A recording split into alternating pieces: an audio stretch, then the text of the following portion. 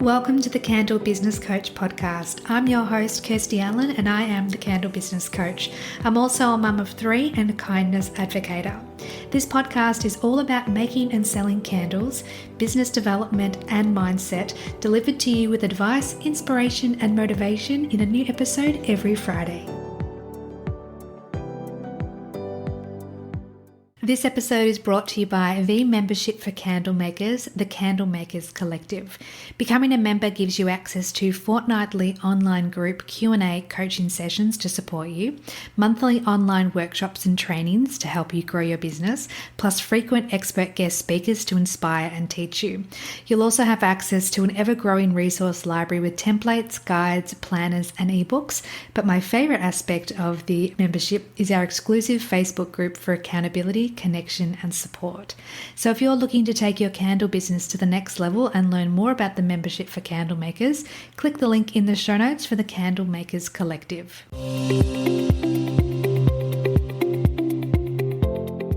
Welcome back to the podcast, my friend. Today we have many beautiful special guests with us for our inaugural guest podcast recording. I'm so excited for tonight.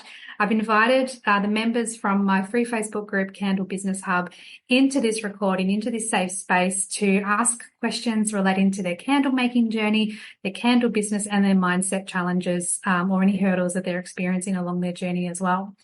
So co-hosting with me tonight is Michelle Penna from within the Chaos Candle Co. And we're both very excited to help candle makers in any way that we can. And this is just another way that we can do that. So I will open the floor up to anyone that wants to ask the first question. Yes, we've got Meredith. Hi, everybody. I've been making candles for a while, mainly for family and friends. So I've seen the progression in the candle industry with different waxes and all different types of fragrances.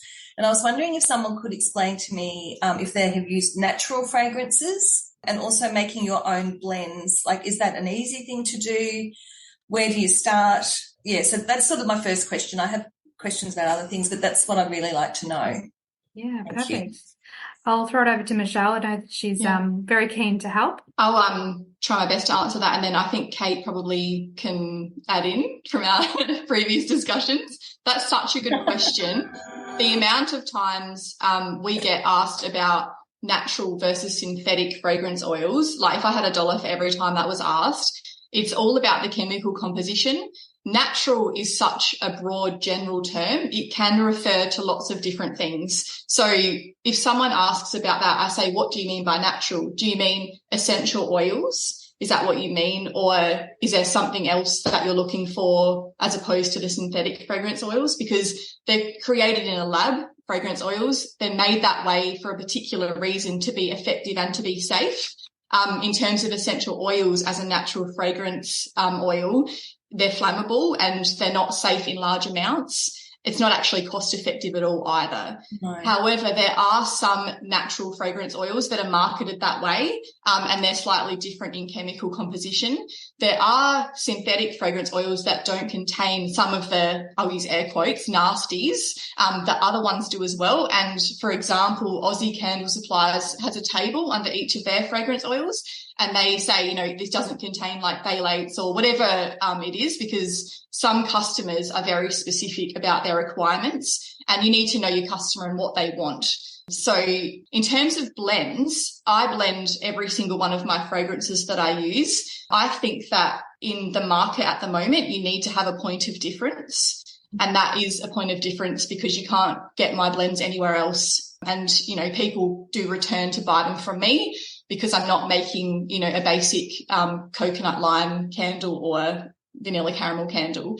That being said, it takes a lot of time and money to make a blend because you have to be very sure you're getting exactly the same amount of fragrance oil of each of the oils that you're using in your blend every time. And testing obviously takes a lot of time too. I mean, I've been making candles for, I think, 12 or 13 years now, and I started out making, the fragrances that were available. And at that time, it was a handful of fragrances, and certainly there were many less companies. The variety now is amazing, and most of the fragrances you'll buy are blends already.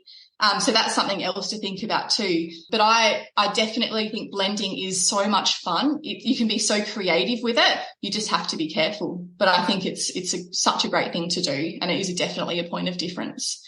Yeah. Does that help? Thank you. Yeah, it does. Yep. Thank you. Does anyone want to add to that as well? If anyone's got any other knowledge, sorry, Kirsty, to interrupt. No, that's okay. I was just going to ask a follow-up question to Meredith. Have you tried blending anything yet? No, I haven't. As I said, it's been a while that I've been doing it, just using what I can get. And the last year or so has been really slow. We've moved house and just a lot of things have happened. So I haven't had a good chance to get back into it. And I feel that this year's the time to do it. So, yeah, I'd love to. I just don't really know where to start. Yeah. I like to look at the fragrance oils I've got, always start there, because you've often got small amounts in bottles that you can't use to make a candle. There's not enough in there. So you can try blending those. I like to make sure that like the top notes, heart notes and base notes are well balanced. So you might have a particular fragrance and you say, that's actually missing a little bit of vanilla. That might add some complexity to it, some warmth to it.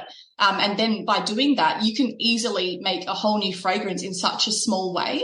And it's great to not waste the end of the bottles of things that you've got. So I would say follow your nose and look at what you've got and say, okay, what can I come up with? I've found that blending more than 3 fragrance oils at a time tends to not work. That's just a broad, claim from my experience. But, I think you can do anything, Meredith. I think, sky's the limit with it.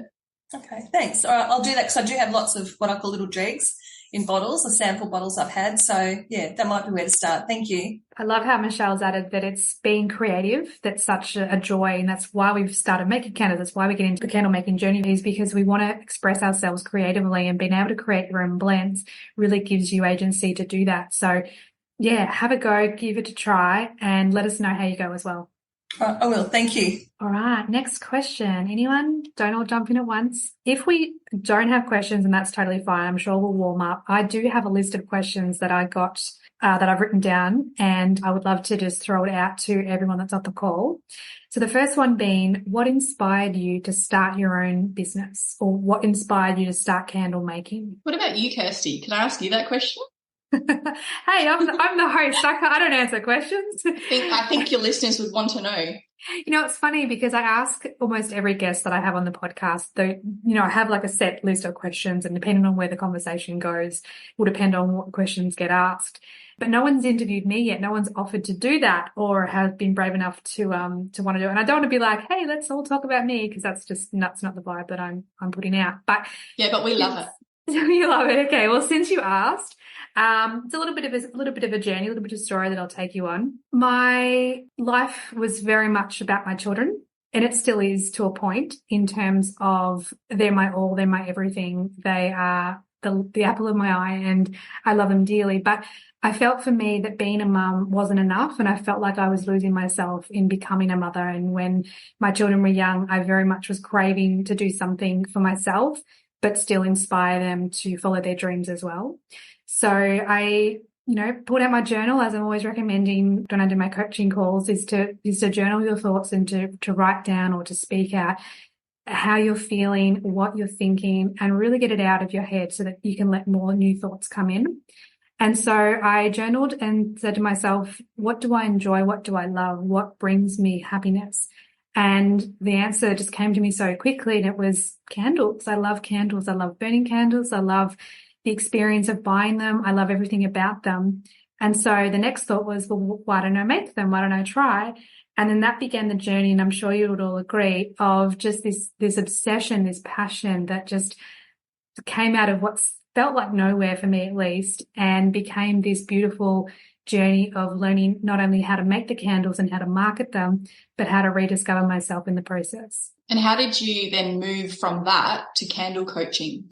So for me, it was very much, I saw a need that there in the Facebook groups, that there were many people asking similar questions. And I'm sure you would all agree that sometimes the responses you get in the Facebook groups aren't as positive and aren't as kind as they could be, or at least that's perhaps how it's read, being the written word rather than verbal.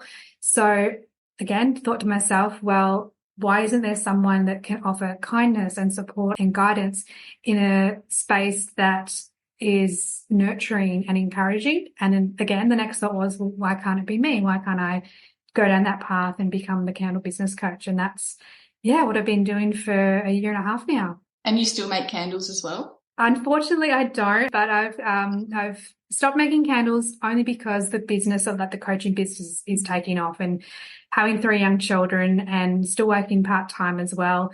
Something had to give, and because it brings me so much joy to do the coaching side, I have closed down my candle business. And what do you do for your part-time work?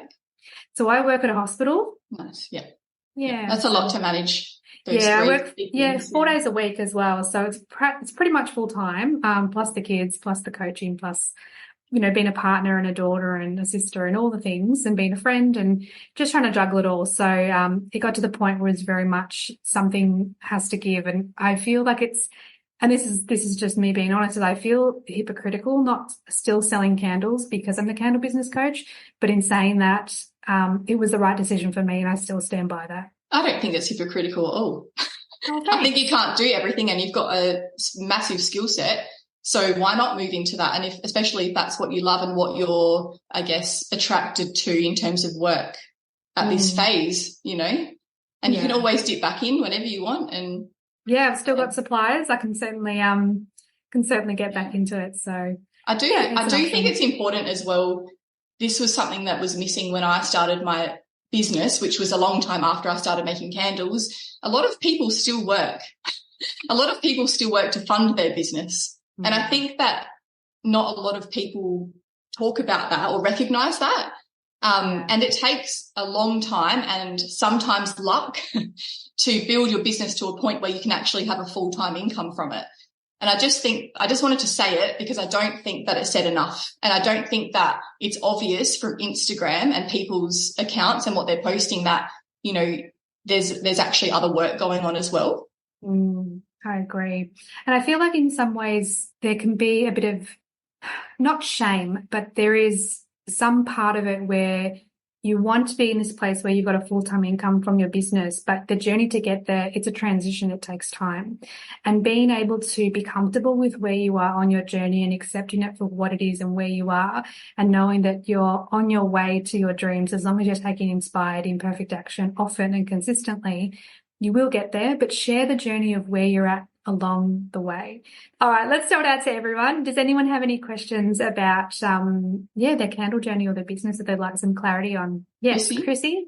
I'd like to ask a question. So, Michelle, I had a little bit of a look at your website and noticed you were doing candle workshops. So can you tell a little bit about how that started and what that looks like? And of course. So when I'm not making candles, I am a lecturer in nursing. So I teach nursing students. So teaching is my passion. I love it. And one day I thought, I'd love to teach candle making.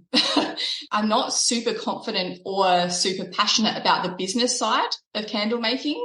That happened very organically for me. And for me, it was a way to fund continuing making candles.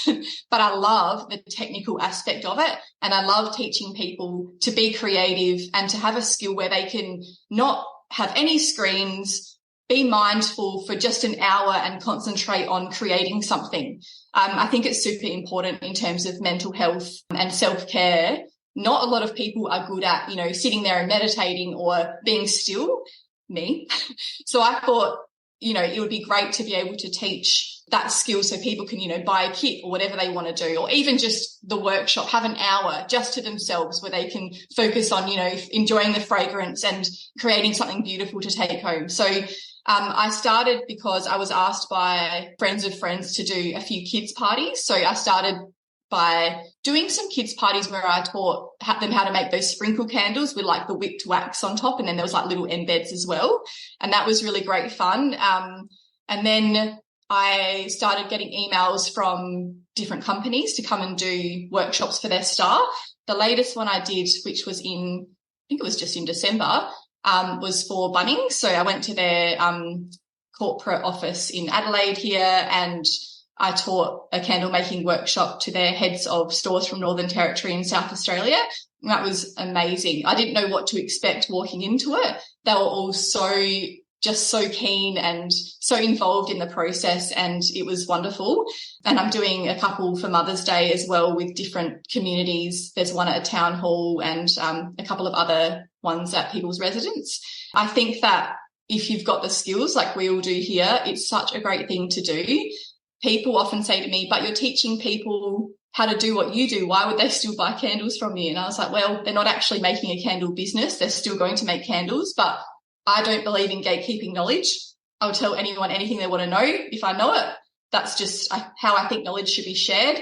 I love seeing other people succeed as well. But teaching people something and watching them enjoy something is really what makes it worth it for me. So, yeah, I think that if anyone has any questions about how to run a workshop, I'm happy to answer them. But it's definitely something that you can do. There's also a lot of companies that look for candle makers to teach workshops. So there's a company in Adelaide, and I'm sure in other states as well. So even reaching out to them to say, do you need help at your workshops? Everyone's short-staffed at the moment, so I'm sure they would keep you in mind.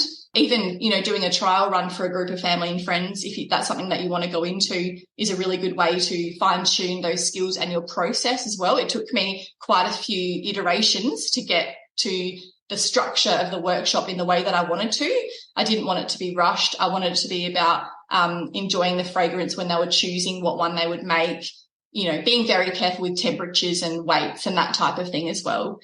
So, yeah, hopefully that answers your question. Yeah, no, that does. Thank you. Meredith, you said before that you had some other questions? So I had a question about public liability insurance, what is required. I have public liability insurance for something else that I do. I'm not sure whether that would be something that would cover the candle making. And also wholesaling, how and where to begin if you wanted to wholesale, possibly approaching some local businesses. I know Michelle's got a lot of experience with wholesale. Did you want to jump in and answer that one? Do you want to do the insurance and I'll do the wholesaling question? Yeah, sure. Yeah. So when it comes to insurance, it's always good to speak to the insurance provider first to find out what they're actually covering you for. We can give you advice and we can give you suggestions, but at the end of the day, you need to make sure that you're doing everything, by the book and making sure that you're getting coverage for the actual activities that you're doing, so the candle making. So if you want to answer, you don't have to, but who are you currently insured with? With AAMI, but it's not for candles at the moment, that's sort of been put on hold. And I had trouble trying to find someone that I'm a Reiki practitioner, so I have it for that. So I'm trying to find an insurance company that will cover me for both. Yeah, okay. And that's a bit tricky. It looks like I might need two separate policies. Yeah, which is going to be twice the premium, twice the cost. But that said, it's just not negotiable in terms of having insurance for your candle making journey. If you're gifting candles, if you're selling candles in your candle business, it's just something that you just don't want to mess around with. You're creating a product that your customers and friends and family are going to burn in their home, and heaven forbid anything would go wrong, but you want to make sure you're covered. So definitely look into getting adequate insurance for your needs. So the next podcast of yours I was going to listen to, I think, was an insurance company. Yeah. I can't remember. Aussie Insurance with Nicole. Yeah. Yeah, so I'll have a listen to that and see what she says and maybe investigate from there. Yeah. As Kate just said in the messages, I would call Aussie and say, this is what I need insurance for. Can you do a combined insurance policy? Because I've added a few things onto mine. And they were amazing. So they can sometimes do custom policies that will cover both. So I think it's definitely worth giving them a call and saying, is this possible, or what's my best option? And they can just say, no one will do that. Or they can say, yep, this is possible because, So, yeah, I think you've definitely got to get insurance that covers both, obviously, like, you know that. But I think trying to find someone that will do both will be better, I would say. But I would give them a call and just say, what do you think? Yeah, they're the experts. They'll help you. Sure. Okay, thanks. And then wholesale side. Wholesaling. I do a lot of wholesaling. So there's a few different ways to do it. I started out doing consignment, which is when you put your products in a store, either like a consignment store, which is a collection of small businesses that people come and shop at, or sometimes in a cafe or, hairdressers or other small business. And if a product sells, they get a certain cut of that money and you get the rest. Usually it's 30 to 40%. So that's one way of doing it. It's not a great business model. However, it's great for exposure and it's great for building a relationship with that client. I did it for about a year and then I was approached by some other stores to do wholesale. So in consignment, you still own the product and they get a cut of the sales. Sometimes you'll also pay like, a rent a shelf or a rent a rack type thing weekly or monthly maybe. So you've got to take that into consideration as well with your costs. Wholesale is when you sell them, your candles, with a discount and then they sell them at a retail price. So usually it's about 40 to 50% of the retail price is what you'd sell it to them for, and then they would make that, profit. They own the product, so you kind of make them take their money and then you go, here you go. So it's all done. Whereas with consignment, it can be a bit more admin and that type of thing. Okay. Sometimes you can say if you're approaching someone that you're really keen to get your product into their store, you can say, can we start with consignment? And, when I prove to you that it will sell, then we can go to wholesale. I've done that a couple of times. The way I approached a wholesaler that I was really keen for was by sending them a box of sample products. And I had a wholesale guide that I put in there as well. And that was just to let them try it, to let them see, they like to show the staff and the retail manager and that type of thing. And then they put in an order from there. There are a few different ways to do it. You can go in, you can have a chat, you can arrange a meeting, word of mouth sometimes can get you another client. There's, so many different ways you can do it. Okay, thank you. It's a bit nerve-wracking, but it sounds great. Yeah, it is nerve-wracking, but what's the worst they can say is no thanks. Fine. Yeah, that's right. Yeah.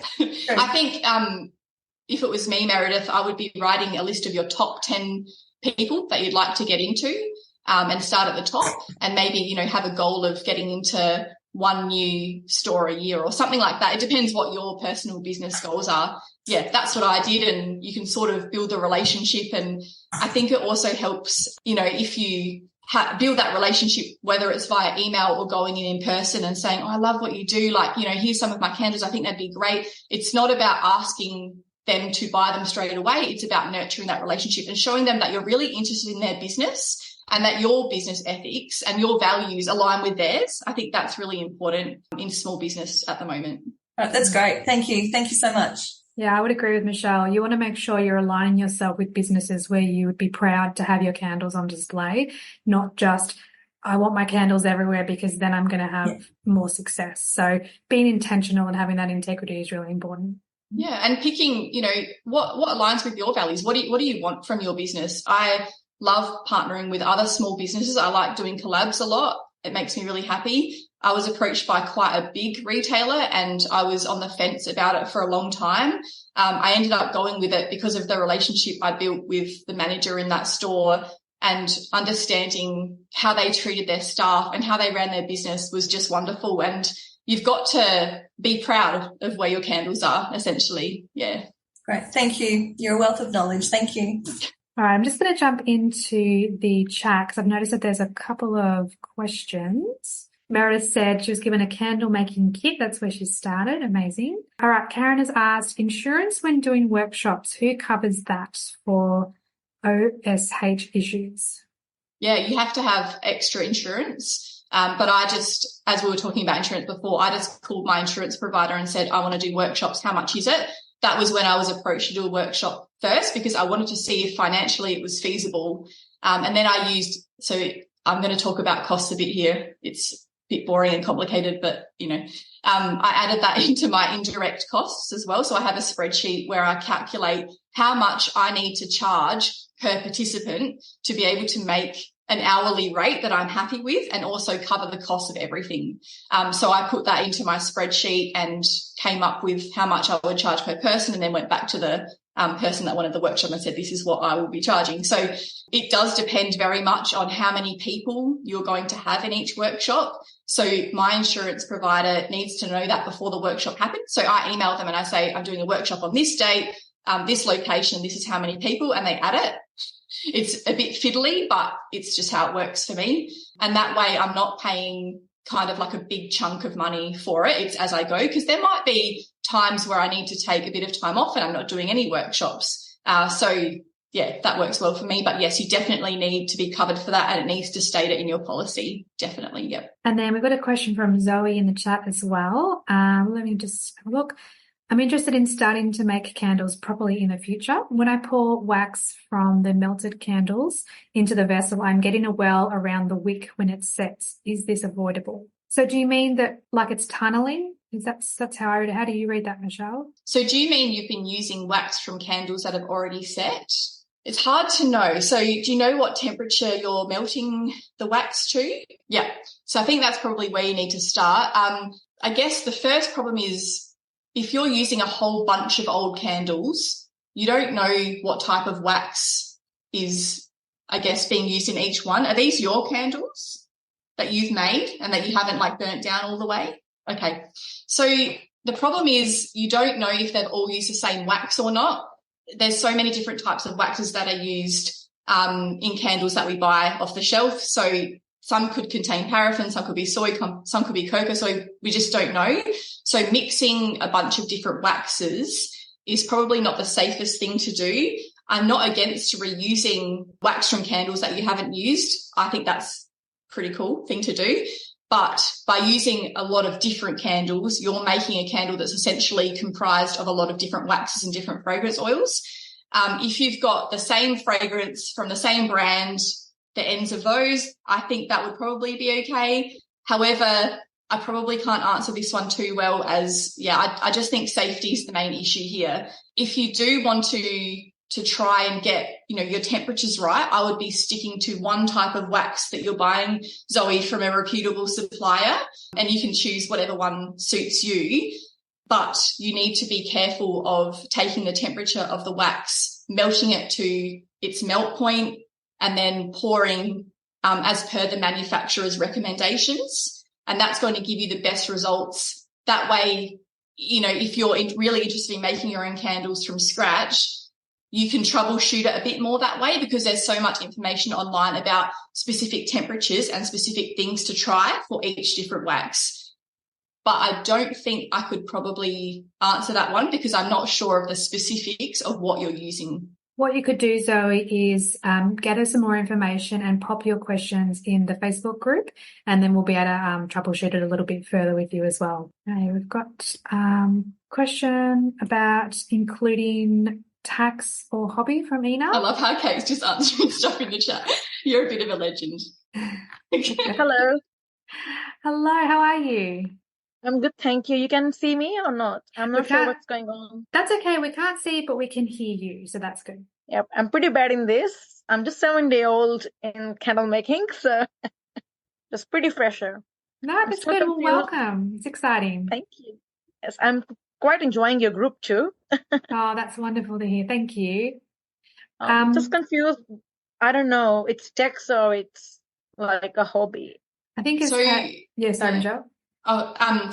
I have looked into this quite extensively when I started, and my accountant said that when it gets past $200 to $300 of revenue per week, that's when it goes from being a hobby to being a business. You could probably Google that and it will give you a more accurate amount. But remember, revenue is not profit. Revenue is how much money people are paying you for candles. And when it gets to be past a couple of $100 a week, that's when you need to start reporting it because you could get in trouble if you don't, that's etc. So I have to register properly? That's my other question. So I have to register my business first and make my ABN and set that all things too? When it gets past being a hobby, I would say yes, you do. Okay, not at the moment. Can I ask how much revenue you're making per week? I'm 7 days old. So just starting. So I'm even not selling. We're just trying to. You don't have to yet. No. Okay, just wait until I'm not launching proper business. Yeah, I would focus for now on. Are you aiming to have a business? Yes. Yeah. Me and my sister want to do together because we both work full time, but she might leave work soon. She's frustrated from work at the moment. She's a chef. And we have a little one. She is 1.5 years old, and she have to stay home too. So we just planning. I love to watch videos. So it's just like that. It starts like that. I just love to watch videos. Yeah, that's nice. I And mean, now, there's different ways to do it. Some people register their business straight away. They know what name they want. They know that, they've got the goal of having a business, so they will go and register their business name and get an ABN immediately before they've even got a product to launch. That's fine. Some people wait until they've got a really good product and then they're looking to sell it before they'll register their business. So there's lots of different ways. I think everyone here's probably done it slightly differently. Thank you very much. All right, we've got a message here from Jeffrey in the chat. Did you want to ask your questions about marketing, advertising, and how to grow on social media? Yes, hello. So we've really grown our little thing offline. So just markets, and we're in a small countryish town. So we have connections and got a few wholesalers and stockists. We're looking to make that next move and really get online and do socials. I'm not really a social media person. I mean, I scroll TikTok, but don't post. So it's trying to figure out. You're a lurker. I'm a lurker, exactly. It's trying to figure out how do I or how do you get comfortable to curate a style or a media post, or knowing what to post and when to post. There's a lot to think about. Exactly. Jeffrey, can you tell us a bit about your brand?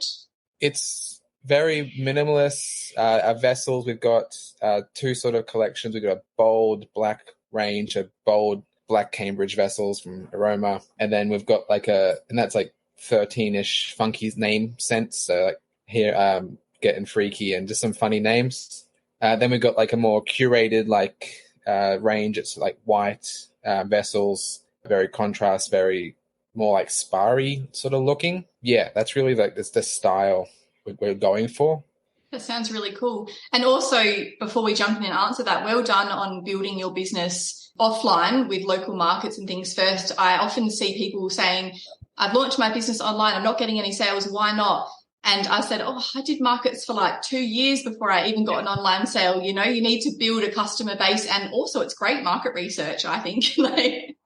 So that's really great. Well done. And your range sounds amazing. Percy, did you want to answer this, or do you want? I think the first thing to understand is that it's really easy to become overwhelmed and feel like you have to be in all the places at all times. So my biggest tip would be start with, and if you're wanting to go down the social media path, is to choose one social media place. So choose TikTok or Instagram or Facebook or wherever you want to appear, and get consistent in posting. In terms of the time of day or the day of the week or how often you should post, to start off with, just do something that you can be consistent with. Don't worry too much about the metrics and the analytics. Just focus on getting into that rhythm and building that momentum and that habit of posting consistently, so people can begin to expect your content, and also the algorithm can understand who you're best targeted towards, if that makes sense. Okay.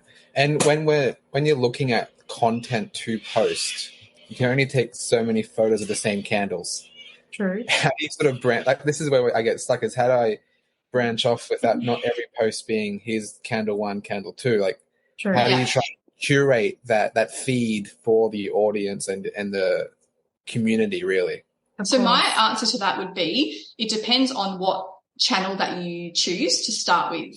And for me, that channel depends on who your target audience is. Where do they hang out?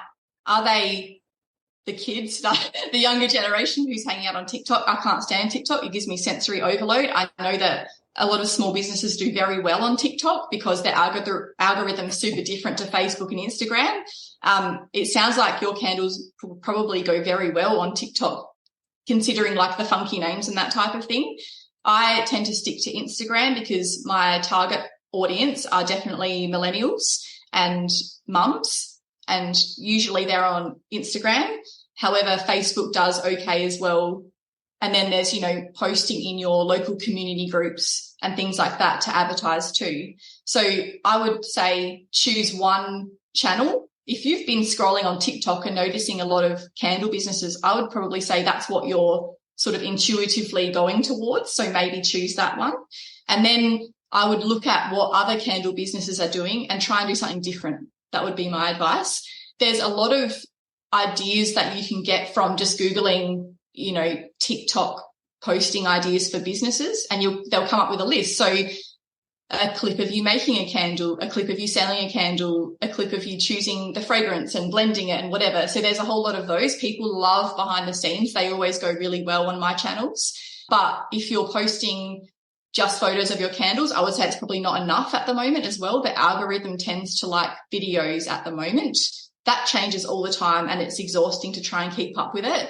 I tend to post what feels right to me. It's not a very good strategy. It's not systematic at all, but I find social media so exhausting and overwhelming that I need to find it fun. Otherwise, I'm just not going to do it at all. So I love posting behind the scenes and like the reality of having 3 kids under 5, a job and a candle business. That just makes me happy. And I love watching other people go, oh my God, look, I'm making candles and there's like washing here and this there and that everywhere. And, you know, I haven't slept and, you know, all that stuff. I love that. So I try and post things that I would enjoy seeing as well. I think there's other options too. You could reach out to some influencers and gift them some candles and ask them to do some content for you.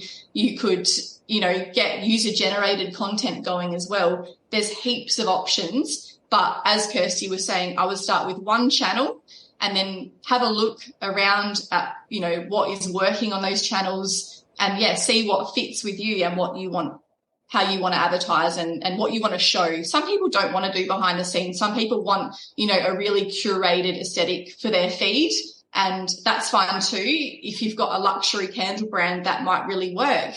Mine's a premium candle brand, but I like to be very kind of accessible and approachable. That's part of my branding too. So the answer is it depends, and I think just give it a go. Try and post once a day and see how you go. You can also schedule things in too, which really helps as well. I like doing things in batches, so I'm not actually on social media, you know, every single day, or it gets a bit overwhelming, sensory overload sometimes too. I'll just add one other thing for you, Jeffrey, and for everyone. What I've found in terms of the different candle businesses I see on socials that you feel really connected to are the ones where they're actually showing your face and you're talking to the camera and talking about your product and your journey and why you've decided to choose this particular fragrance and this vessel. And again, it's behind the scenes, but it's including you in that as well. So if you're feeling brave, turn the camera on yourself as well, rather than just on the products. And that way you can build up that connection and that know, like, and trust with your audience and build that community. That's really interesting as well. An expert in this once told me that you can't just post pictures of candles that you're trying to sell. You need to nurture your audience. And as Kirsty was saying, you need to build the connection with them. I struggle to talk about my products on camera. I can teach all day long. I can lecture all day long. But if it comes to recording something, I don't know. I just don't like it. It feels super awkward. I'm an awkward human anyway. So this person said to me, you need to record one video every single day. You don't need to share it. You don't need to do anything with it. You just need to practice. And honestly, practicing helped so much. Who would have thought that practicing would help? Can't believe it. But, you know, that's actually a good challenge as well. If you are aiming towards doing more of the tutorial type things or talking about a product, about setting it up, about how you, how you want that product to be used or the value that product will give that person, it's a good idea to practice and do a little challenge maybe. Yeah, I have no confidence to show my face on a camera too. And that's something a lot of people struggle with that. And it comes down to, you know, the self-confidence, the self-worth, the self-belief as well. And that's one of the adventures of being in business, is that you turn the spotlight on your own strengths, but on your own, I don't like the word weaknesses, but it gives you an opportunity to grow in all areas of your life, not just for the business. Because, and I'm sure everyone on the call here would agree, you can't just say to your community or to your followers, here's my candle, buy it, here's my candle, buy it. It just doesn't work. People don't want to be sold to. They want to feel connected to something that's bigger than themselves, and they want to be connected to, you know, a mission or a reason or a purpose behind their purchase. And if you can share who you are and your journey along the way, that will put you light years ahead of your competition, because not everyone does it. I think also thinking about what are we afraid of? If we're putting our face in photos and videos, what are we afraid of?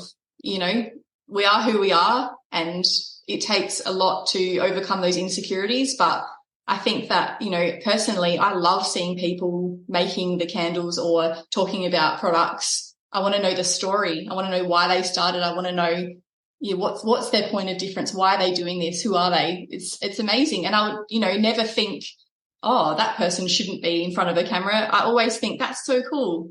So I think, we need to trust the process and trust that people will be supportive. And if they're not, well, they're not your people.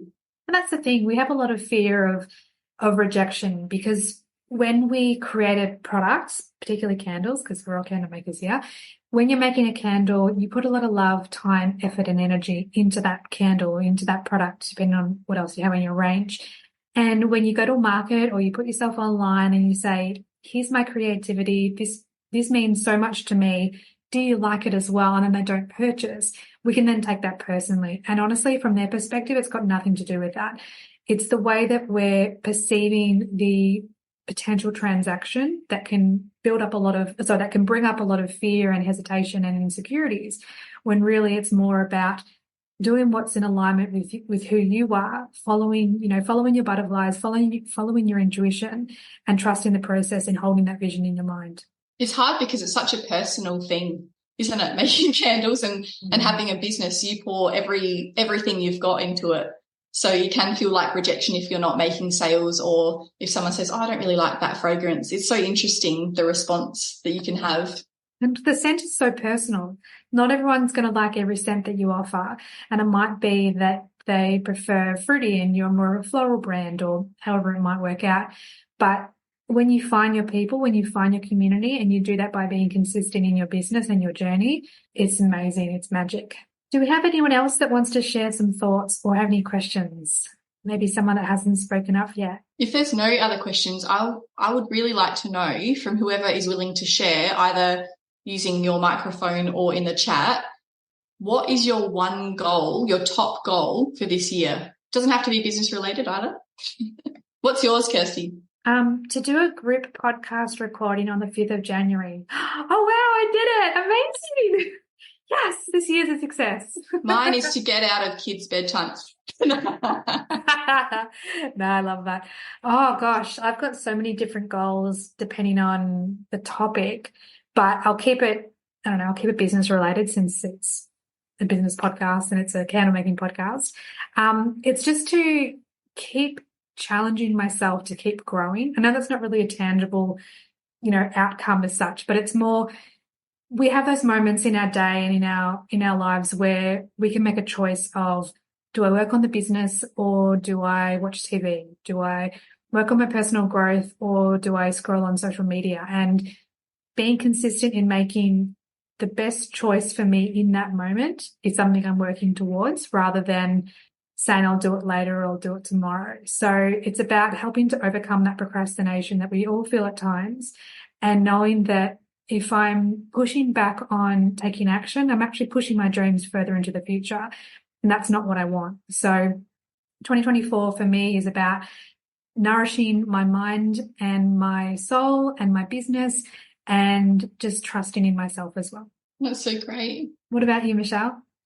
So I have two.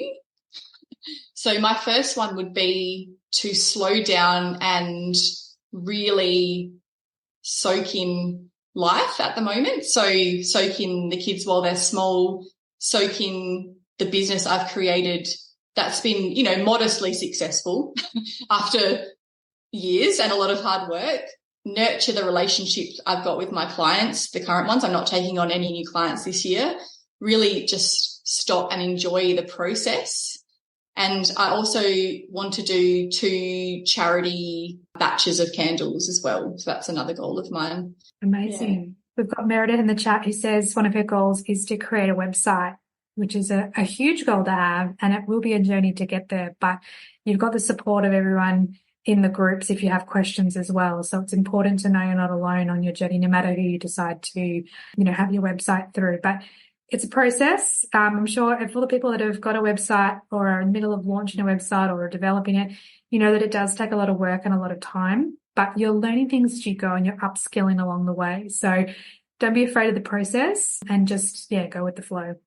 That's such a great goal, Meredith. I love it. My first website was awful, but, did the job. And as you learn and you grow, you kind of, have different iterations of it. And yeah, shout out if you need any help in the group as well, if you've got any questions along the way. That's really exciting.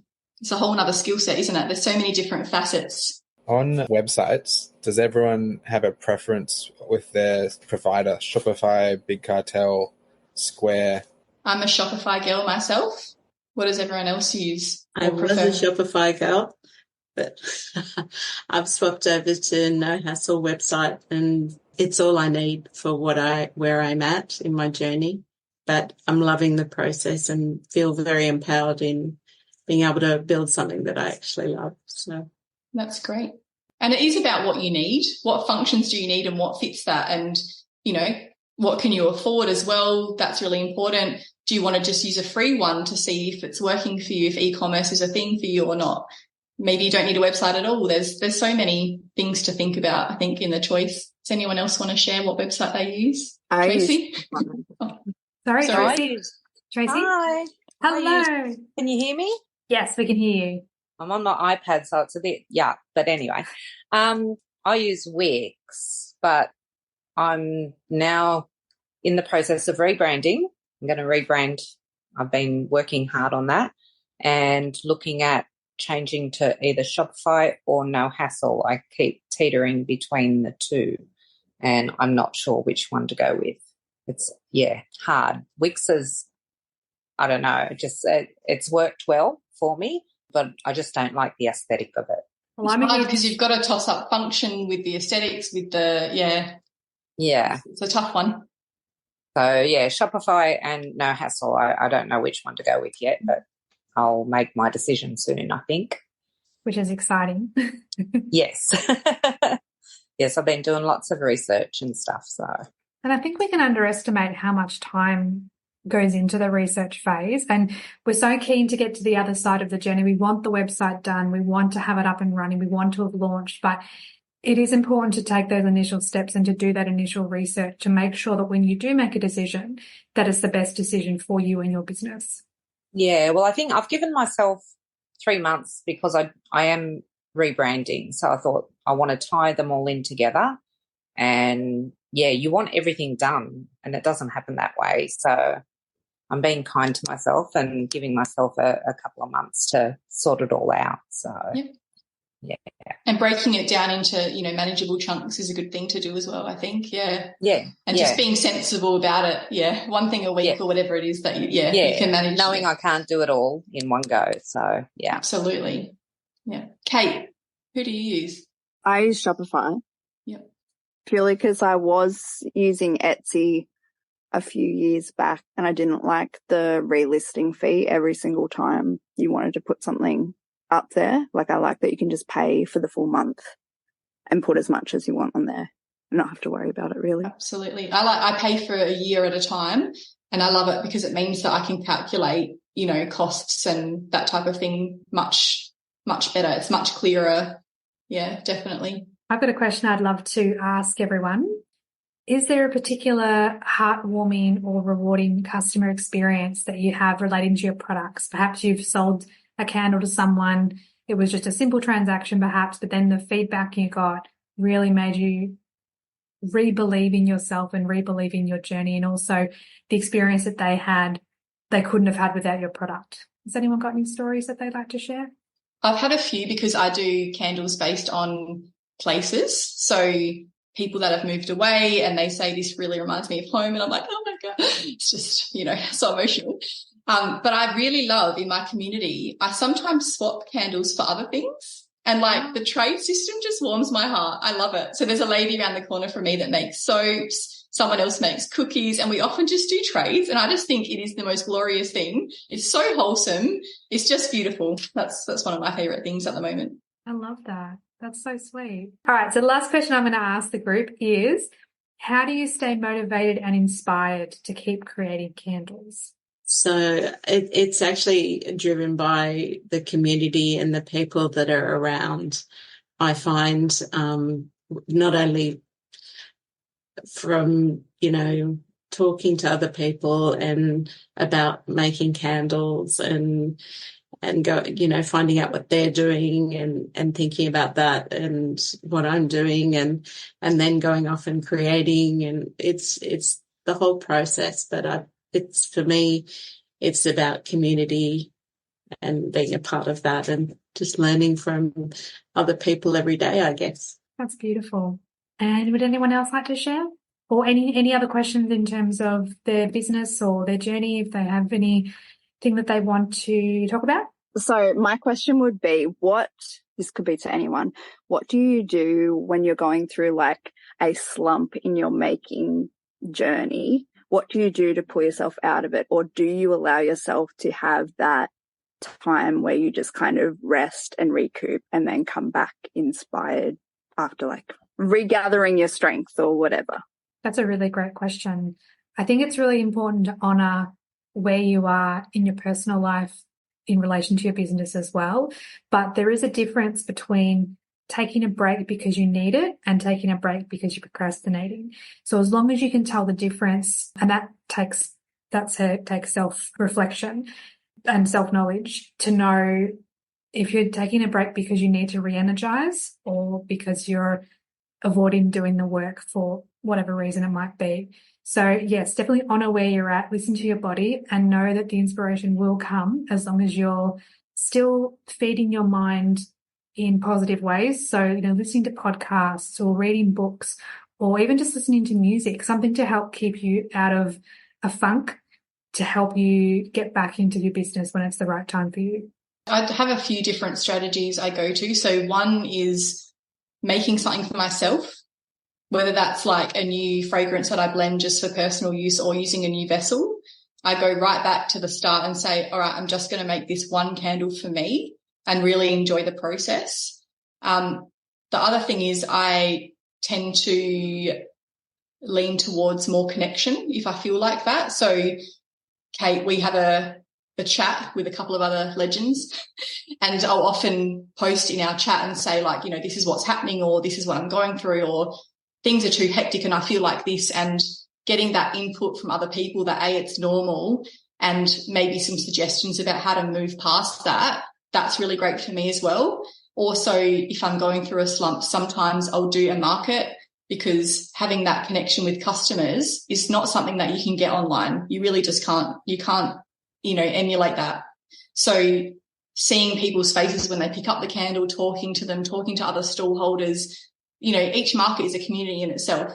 So I tend to gravitate towards connection. But my question for you would be, is it because you're just tired or is it because of other things? Because you've got a lot going on and you've got 2 small kids. So are you just actually tired? Like, are you tired or do you want to do something else or what? No. I'm definitely tired. I feel good now, but like the period after Christmas just like hit me like a ton of bricks. And then my stockist put in a massive order. So it like lifted me up out of it, but it just made me think like, what do other people do in that situation to kind of ride that wave kind of coming out of it? Yeah. And I think honestly, rest comes first as well. Like, are you doing anything for yourself outside of parenting, candle making, working? Are you actually looking after yourself? Can you do that?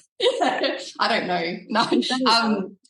Do you need to do something that's completely different from what you normally do? Do you need to go and, do a yoga class, get a massage, have some alone time? Like, what do you need? So I think, thinking about what will fill your cup before you start working again is really important. Because often, we're just not alone very much with small kids either. So that's really hard too. I've done a few things this year as well to try and avoid the slumps, I guess. Like I've increased my, production time with my wholesale orders as well. It's just some protective things that I've put in place to make sure I can keep going, get through the year, be a bit more positive. I tend to overcommit. So knowing my own, I guess, limits is really important too. Because you're irreplaceable. Thank you. And I definitely do need holidays. And planning holidays in ahead of time. That should be part of your business. I think that's the biggest thing I did last year. I mean, early this year, we go for 2-month holiday. And then I definitely don't want to come back. Yeah. But I personally go for big holiday after 5 years. Yeah, good. And a lot of businesses post that, we're taking a break for 3 weeks. Just let people know and do it. You need Yes, to. just do it. You don't have anyone to cover you, so. No, and I'm wishing my business goes well because I'm properly launching in winters, so probably April. And then again, I'm going holidays in January for 3 weeks or a month maybe. Yep, I do holidays in January as well. It tends to be the downtime as well, and a lot of businesses do the same. Yeah, but I It's have really important. no kids, but we have one niece and she's the only child. Yep. But you've got other family, other Yes. work, other, it's a not just joint about family. kids, it's We are- about commitments family and life. support. Yeah. You need a brain And break they as well. definitely laugh on me whenever I start making candles. But I don't care. I just love it. I love the process and it works well. And my husband keeps saying me, you are, I think, too confident. It calls go overconfident too, but I don't care. You can go Just very trust far when you're yourself. confident. Thank you.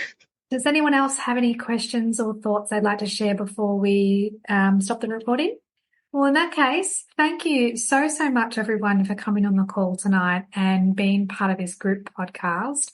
I'm very much looking forward to editing this later and re-listening to these beautiful conversations that we've all had. It's so nice to bring a group of people together that are kind-hearted and open-minded and as passionate about candles and just living life to the fullest. So thank you so much for all being here tonight and being part of this. And a huge thank you to Michelle for all her wisdom, knowledge, help, support, advice and guidance to everyone on the call tonight, and just helping people in general, I think, is something that you're very passionate about, and it comes across as so genuine and so beautiful. So thank you for being who you are and doing what you do. Thanks for having me. You too. You're doing a great job. Thanks. Thank you, my friend, for listening to this episode. Check out the show notes for all the links mentioned throughout the conversation, and please subscribe to the podcast so you don't miss any future episodes. And if you're feeling inspired, I would love it if you would write a review for the podcast and give a 5-star rating. Thank you so much and have a beautiful day.